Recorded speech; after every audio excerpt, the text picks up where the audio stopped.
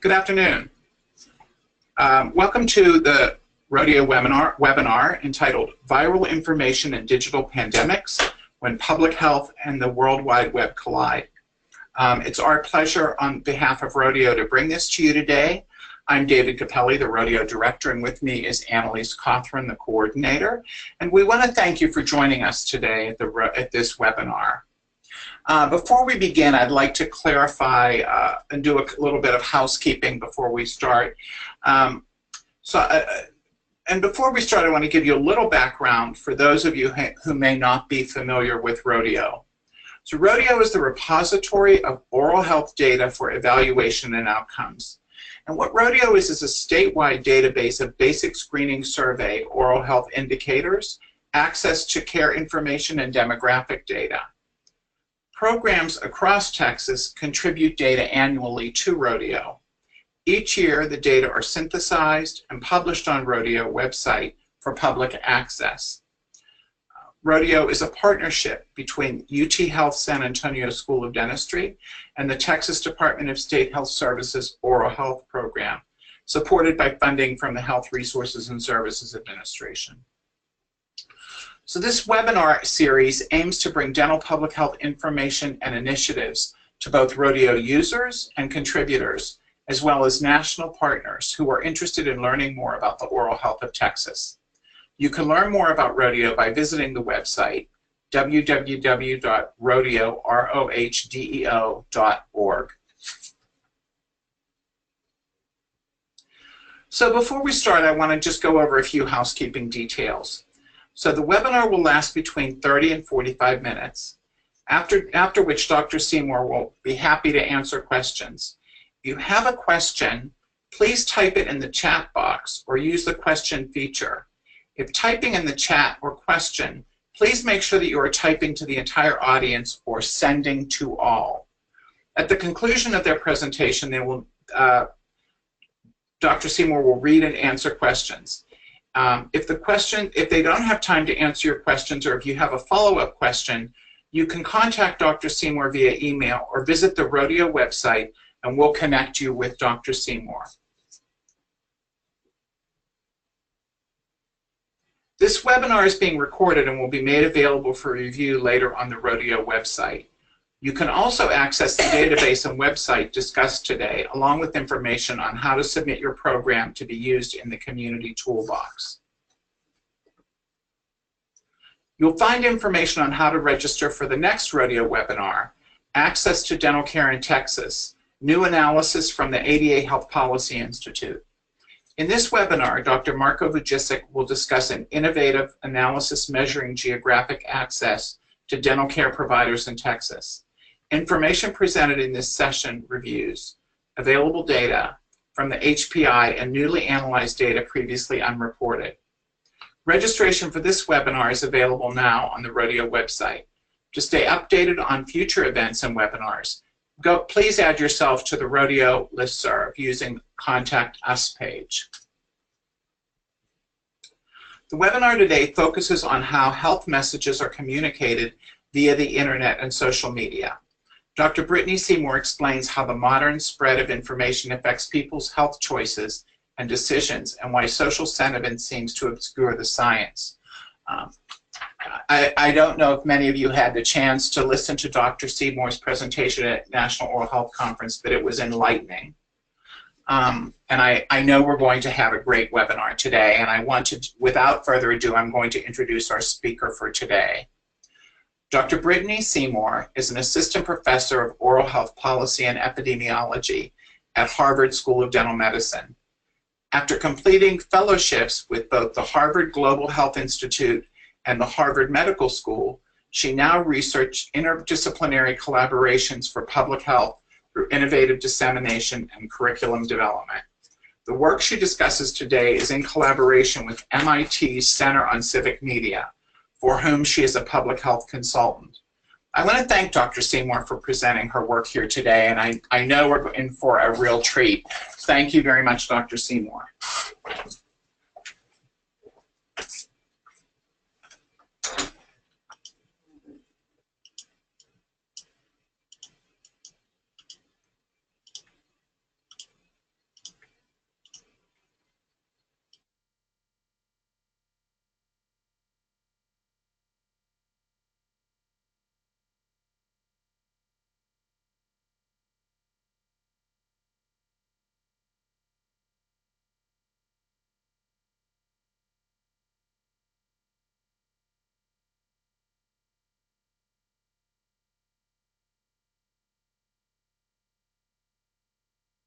Okay, there we go. Can you hear me now?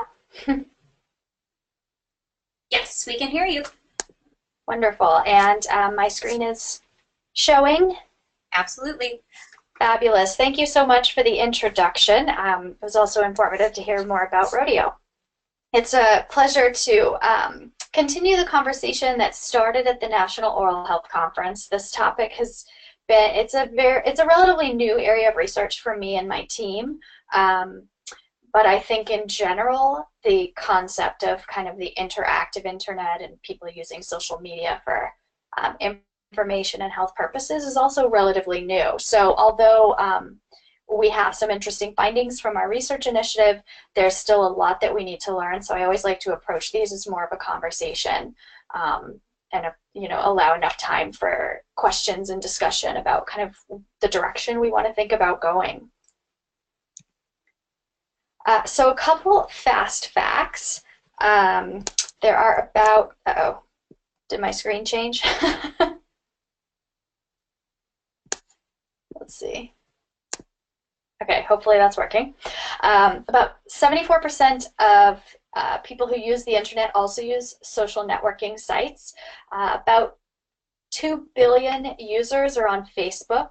And the latest stat I heard from Facebook themselves at a talk a couple weeks ago is that 1.3 billion of those users are on Facebook daily. Twitter has about 140 million users in the US. YouTube is one of the top trusted information sources and is the second most used search engine globally. And it's estimated that 8 out of 10 internet users search for health information online.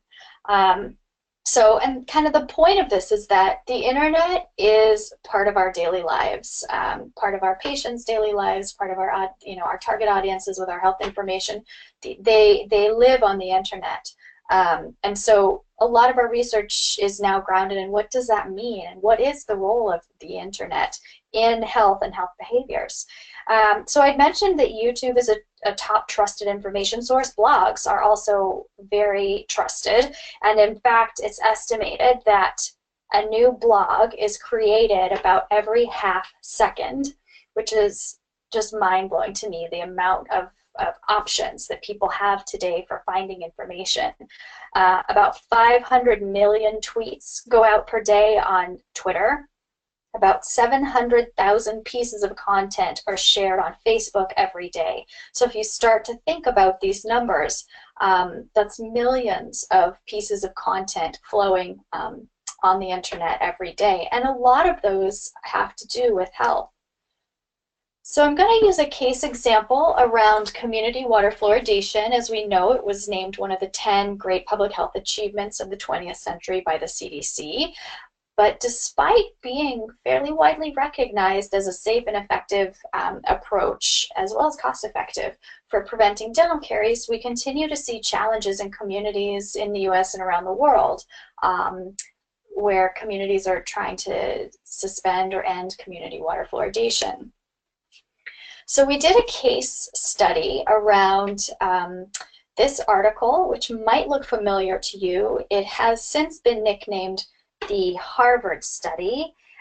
In 2004, this article was published claiming that fluoride is toxic for the developing brain in children. One of the authors was affiliated with the Harvard School of Public Health, hence the nickname the Harvard study, basically naming a link between neurodevelopment and fluoride exposure.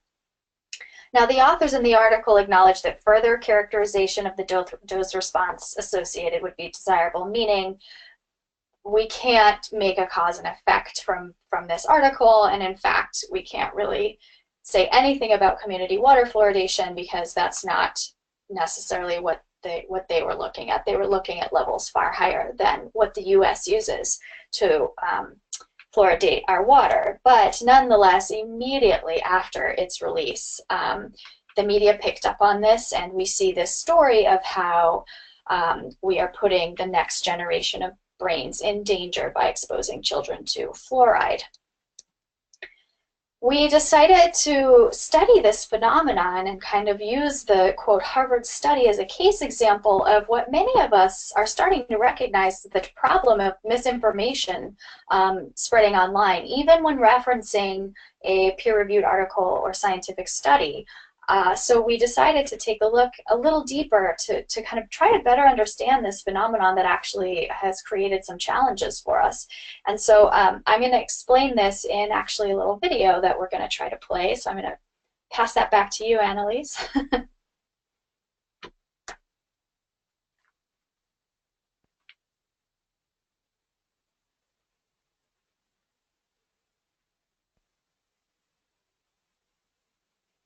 Our 21st century online environment has revolutionized the way information spreads. Blogs, social media platforms, and video sharing sites have led to an explosion of internet personalities, entertainment bloggers, and citizen journalists who are reaching more people faster than ever before. Today, one Facebook post can reach more people across more countries in less time than nearly any other form of communication. Health experts, however, have witnessed a downside to today's internet practices. Since 8 out of 10 internet users seek health information and conversations online, including across social media sites, public health experts are striving to better understand how today's internet culture may be influencing health behaviors in unhealthy ways. How is modern information spread affecting their choices? The field of public health, which is tasked with controlling global disease epidemics, is now up against a new threat: digital pandemics, the far-reaching, rapid spread of scientifically inaccurate, unrestricted health information across the internet through social networks. With so much information being spread around on social media, how can we possibly keep track? How do we ensure the right messages are getting to the right people? And what can we do when this is not the case? These questions set the foundation for our research. On a Friday night in the winter of 2014, a problematic article was released suggesting fluoride as a newly identified developmental toxin in children. Within a matter of hours from its release, the article created a flood of posts on Twitter and was covered in popular media news stories across the internet, generating tens of thousands of views and shares over social media by the end of the weekend, all telling a story about fluoride, the new threat to normal child development. Concerned about the unfolding of this misrepresented story, we began to track the spread of the article and its content online. We then mapped these conversations into different clusters or communities and looked for patterns. The mapping of these social conversations began to illuminate how online behavior might be influencing offline attitudes about important public health interventions like vaccines and fluoride. We found that, similar to the anti-vaccination community, a small but vocal and very tightly knit network is likely driving the anti-fluoridation lobby. Highly connected networks such as these develop a strict set of social norms and values, and any person or piece of evidence in violation of those norms, such as scientifically accurate pro-fluoride information, will be quickly rejected, making rational scientific discourse nearly impossible. Members of the anti-fluoride networks frequently shared and cited scientific studies to back their arguments. However, in more than 2/3 of conversations, the actual study cited was buried 2 or 3 links away from the online discussion or was not reachable at all. Under these circumstances, the risk of evidence becoming misrepresented or misinterpreted likely increases with each link that takes readers further away from the original article. Why? The answer is influencers. Influencers are members of online social networks who are most important in driving conversations and spreading information widely. Their level of influence is measured by a term called betweenness centrality, or the number of ties they have between many different clusters or communities. Social media users with the highest betweenness centrality often have the most directive over what is being said and how. As conversations are taken further away from the original source and less likely to allow members to interpret the sources on their own, they become more influenced by the sentiment of the influencers themselves and less by the accuracy of any science or source. So how can we influence the influencers and make sure our health information is communicated accurately? Our findings with fluoride are beginning to help us understand how to potentially predict and possibly even prevent digital pandemics of misinformation through 3 measures. Number 1, betweenness centrality. How much influence does an online community member have? And are people of high influence saying positive or negative things about a given health topic? Number 2, sentiment and engagement. How is particular content engaging members, and are the most engaging discussions positive or negative? Number 3, spread and source. Is the source regulated or unrestricted? Does it have a big reach? Is it unregulated with wide reach, like BuzzFeed? Or is it regulated with a smaller reach, such as a local newspaper? Is it accountable to authorized professionals, or is it unrestricted and managed by a single person or entity? We believe the right combination of these measures will create pioneering opportunities to modernize public health communication strategies and combat digital pandemics. The strategies we hope to develop as a result of this research have the potential to shape how all health entities share information and how the public engages with that information, so that the voice of expertise, evidence, and experience is the one they trust and share within their networks.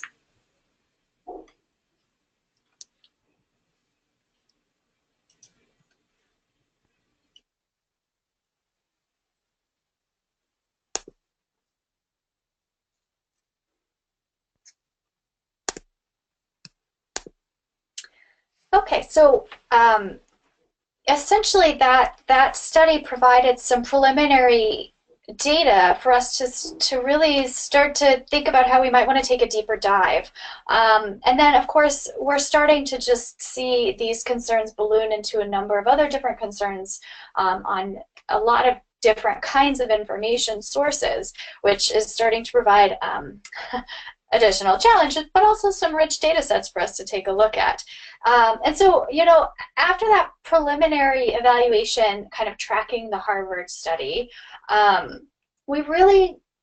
strengthened our interest in what we're calling the media ecosystem and people. And what we mean by that media ecosystem is that the internet consists of a whole series of interconnected websites through hyperlinks that, you know, each website doesn't exist on its own. It only becomes visible if other people are linking to it. So we really wanted to take a deeper dive into understanding how the media ecosystem functions and looking at these kinds of characteristics such as influencers and who's connecting to who online.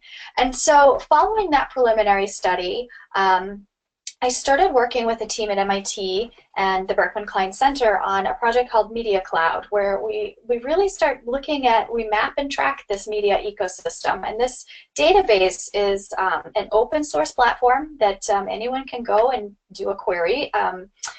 We have about an archive of, to date, over 550 million stories and publications from about 46,000 sources in over 250 countries around the world. So we're really building out this database, and we're adding sources and information that they're publishing on a daily basis.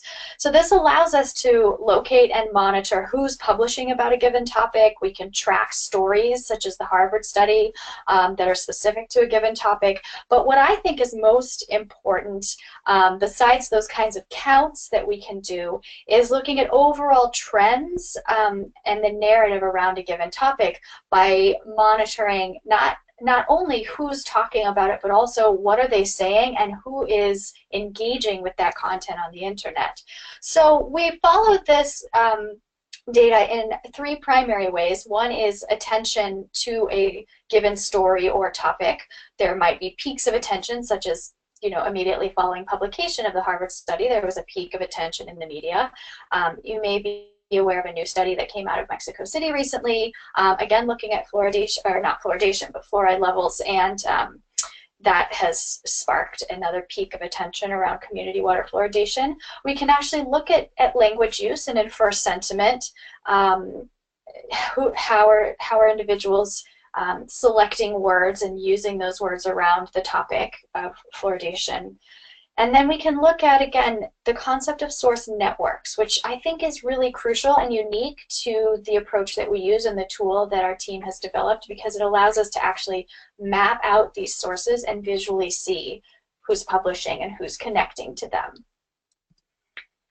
So we did a follow-up evaluation after that preliminary one I was discussing in the video, again using this tool, Media Cloud, and a little bit, I think, more sophisticated methodology this time around. We learned a lot through the first iteration. And so during about, I think it was a 12-month period, we used Media Cloud to track how the, quote, Harvard study was being covered in the media. And we ended up discovering about 1,000 stories published from approximately 400 unique sources on the internet.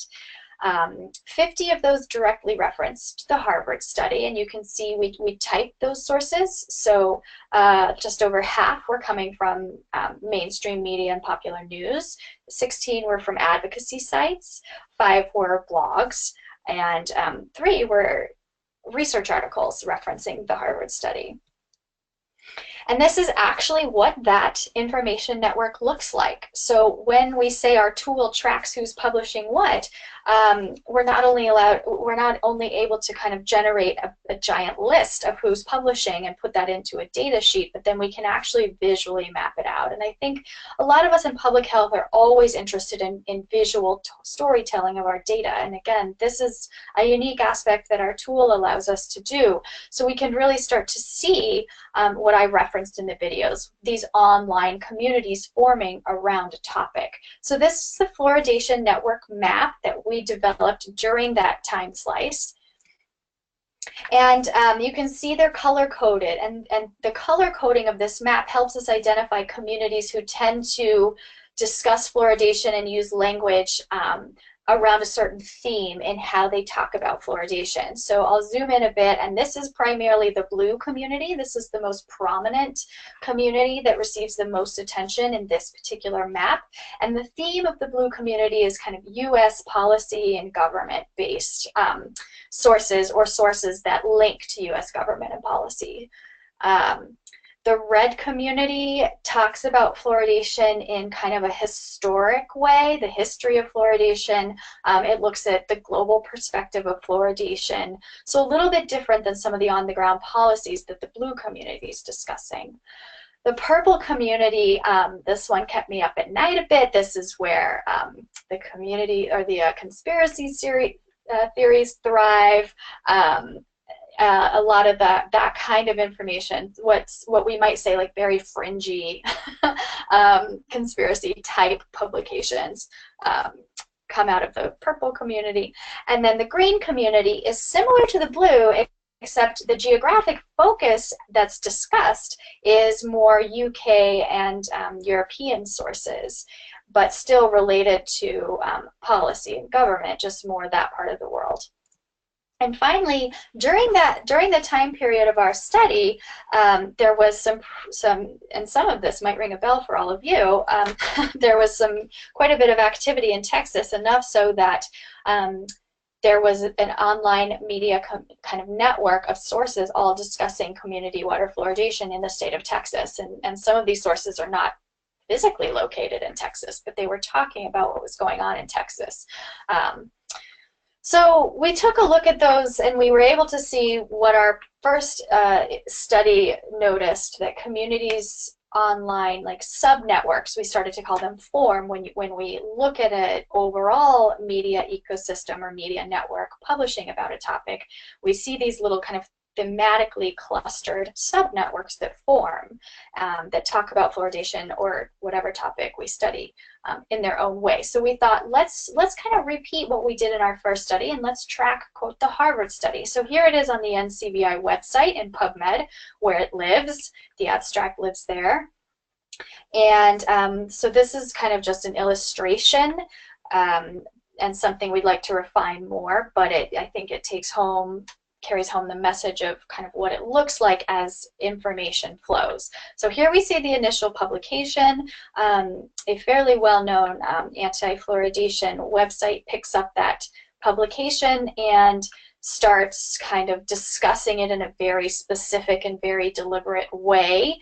The limitations of the study often are dropped. The context of that study within the overall body of evidence is dropped, and then suddenly we see this kind of very deliberate and some might consider highly biased narrative around that study. And then a YouTuber who has no health background or any kind of related background, but is an entertainment or infotainment blogger on YouTube, picks up the advocacy site's piece that they publish and starts talking about it. But the YouTuber does this on video, doesn't offer a link to the original study, and so suddenly we're seeing this perpetuation of the anti-fluoridation narrative, and the original study is dropped from that narrative. Somewhere in Texas, a news source, a fairly prominent kind of statewide news source, picks up on the advocacy site's publication in an effort to provide their audiences with, quote, balanced reporting, here's the good, here's the bad.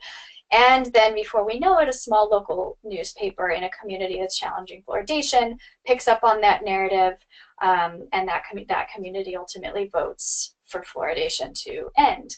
I think we've all kind of anecdotally seen those things happen, and we are really working on better understanding the role of information spread in actual outcomes within communities. We also have recognized that counter efforts or debunking stories, even from highly reputable information sources and peer-reviewed journals, are ultimately ineffective. And so, what do we do when these narratives sometimes feel like they're spinning out of control and our debunking pieces aren't working? So we wanted to figure out, a little deeper, why does it seem that these articles that we're putting out to kind of combat this misinformation, why does it seem like they're not working? And we've done now almost 200 case studies using this approach and mapping out networks around various topics. And here I'm showing 3 additional public health related case studies that we've done on vaccines, Ebola, and Zika. And it's not just community water fluoridation that's facing these challenges. We think what's happening in general with just the way people use the internet is when they have so much information at hand, they tend to kind of select what resonates or what they're actively seeking and create what's called echo chambers, which is basically people connect to like-minded people, and it's kind of just this repetitive confirmation bias. And we see consistently with our public health case studies a public health echo chamber, where those of us who are publishing the public health information tend to link to one another, but beyond our own kind of public health expert echo chamber, we're not getting a lot of engagement outside of our own public health expert audience. So the CDC consistently shows up in this group. A lot of the medical or dental or public health based professional organizations show up in this echo chamber. The WHO often shows up depending on the case study. So it's really where we would consider a lot of the valid scientific information lives in this, but the problem is you don't see these pink color-coded public health echo chambers infiltrating the other colors of the map.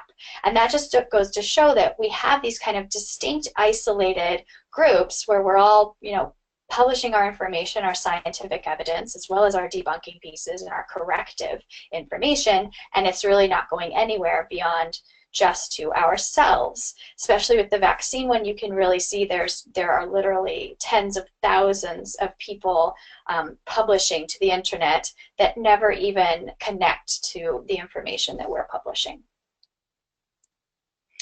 And that brings us to our latest hypothesis, that the social nature of the internet and the way that people form these kind of networks that are driven by social norms and shared values leads to the concept of social proof. So it's not necessarily that the scientific proof is convincing people about health topics. It's more a phenomenon of social proof. Social proof is defined as it's a phenomenon that's described by psychologists as a form of imitation, where individuals ascribe to the behavior of others, often those they view as their peers, in order to resolve uncertainty. And so it's, you know, lots of people start sharing this, and then suddenly people you like start sharing it, and then your close peers share it, and then you share it, and before we know it, fluoride damages children's brains, or vaccines cause autism. No science required. And that's a real challenge, but this is how social proof propagates and can move beyond one's own community. And the message content or the science gets lost, and it really becomes about the sentiment of the sharer and the momentum of the sharer's network that carries that message forward. So it becomes less about the actual information and more about the network forces that carry that information. So what does this mean for us in public health?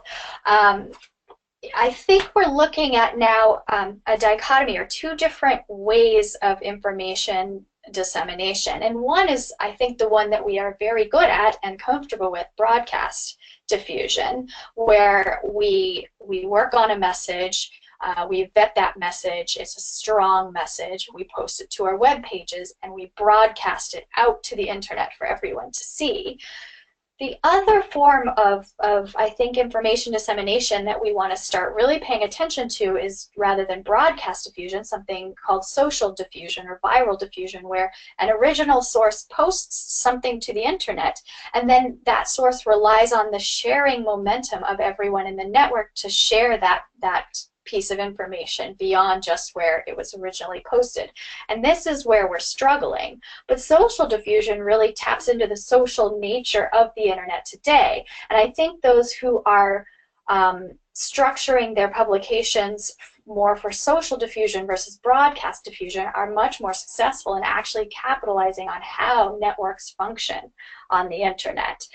So what this really means is we need to kind of innovate within the public health space and look at social diffusion, so moving away from our more traditional top-down approaches for communication toward a flatter and more participatory model that engages directly with a wide variety of audiences, so that we can kind of break out of that public health chamber, that public health echo chamber, and engage with those other colors in our maps that we right now haven't been very successful in reaching. So what that means at this point, I think, is that we need to ask two questions when it comes to health communication. The first is one we've always been asking: how can we share our evidence-based information with our target audiences? And in order to do that, we create these very well-crafted messages, we post them to our websites, etc. I think the second question that now goes hand in hand with how we should be communicating using the interactive internet today is, how can we get our audiences to share our evidence-based information? So if you think about that, those are two very, very different approaches in order to address those questions. One is much more about the information, the evidence-based information, and the other is much more about interacting with the audience and capitalizing on our networks to share our information. And so at that, I will leave the rest. Hopefully we'll have time to kind of engage in some conversation and discussion. I will kind of try to look out and see if anyone has any questions at this point.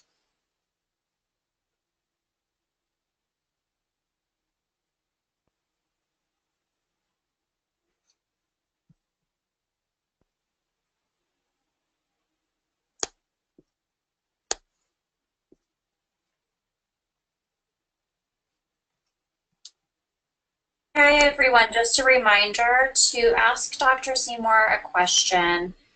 Please type into the chat box feature, type your message and send it to the entire audience so that we can all see that information. Or you can also type a question into the question box.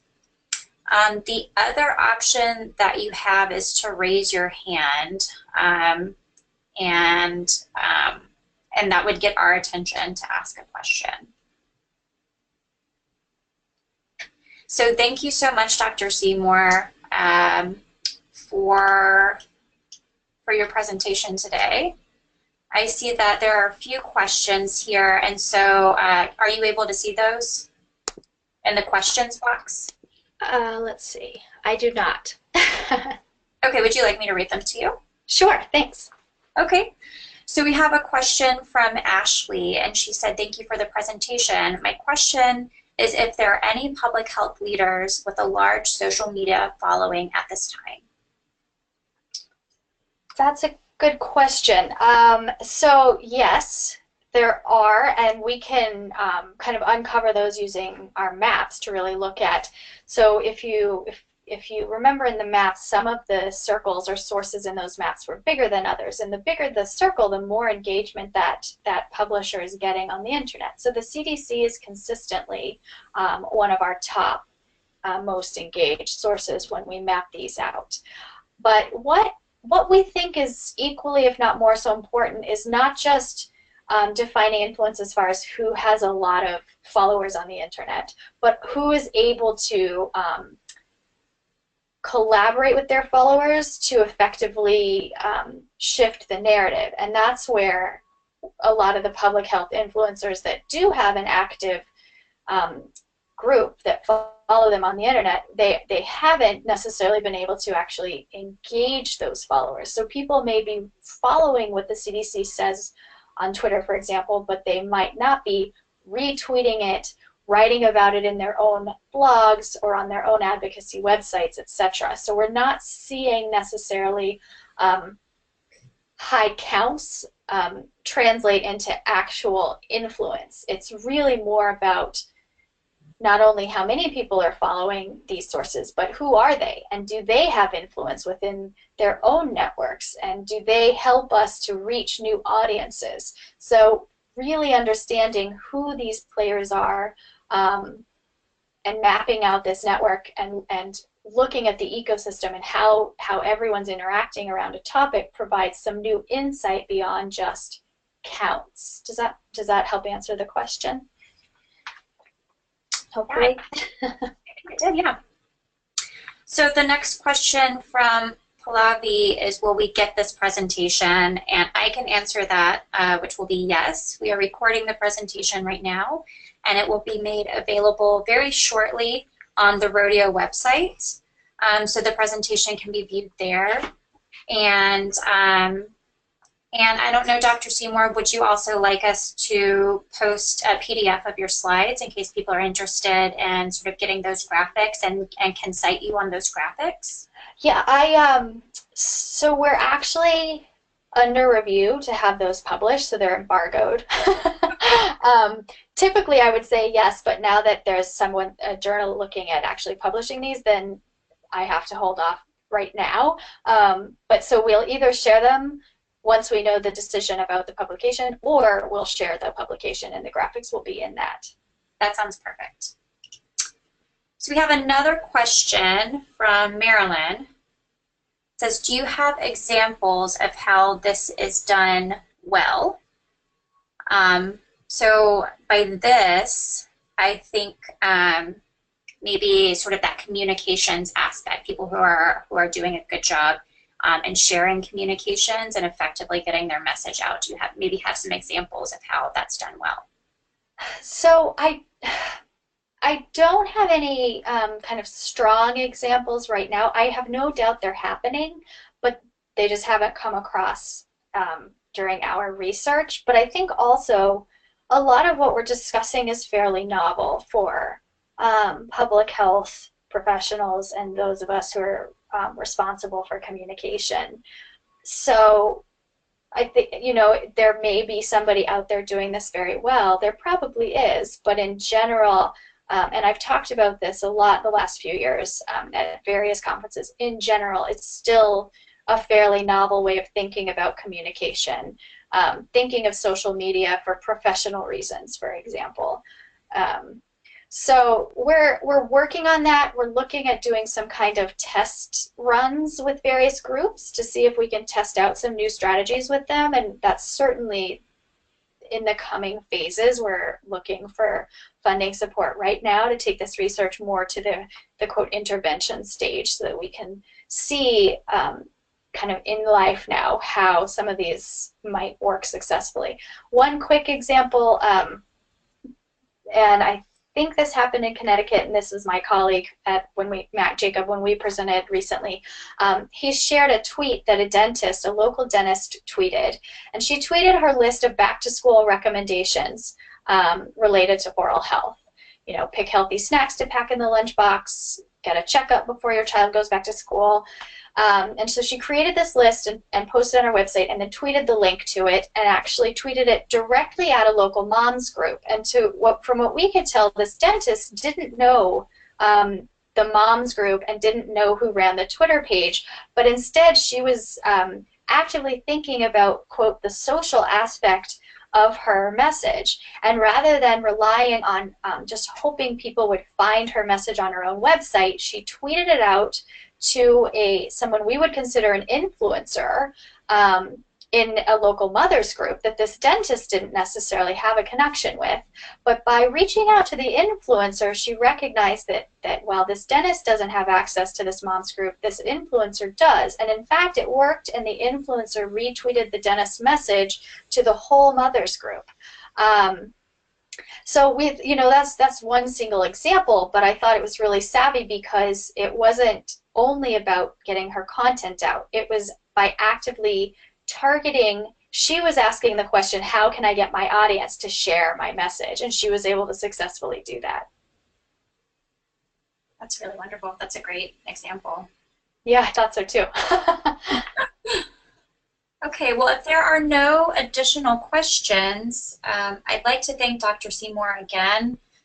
This was a wonderful presentation. I know I personally learned a lot, and we're so thankful that you were able to share that, share your work with us here at ROHDEO and with our community. And I want to reiterate, if you have questions after this presentation, please contact Dr. Seymour. She has her information there available. You can also tweet her as an influencer. And if you are unable to reach her, you can also email us at rohdeo@utasca.edu, and we're happy to pass on any questions directly to Dr. Seymour and connect you with her. Thank you so much for having me, and I'm always happy to hear from others following something like this and kind of their thoughts and questions they have about it. Absolutely. Thank you. Thank you. The webinar for today. We thank you all for being here, and please go to the ROHDEO website if you're interested in hearing Dr. Marko Vujicic from the ADA present at our next webinar in this series. Thank you.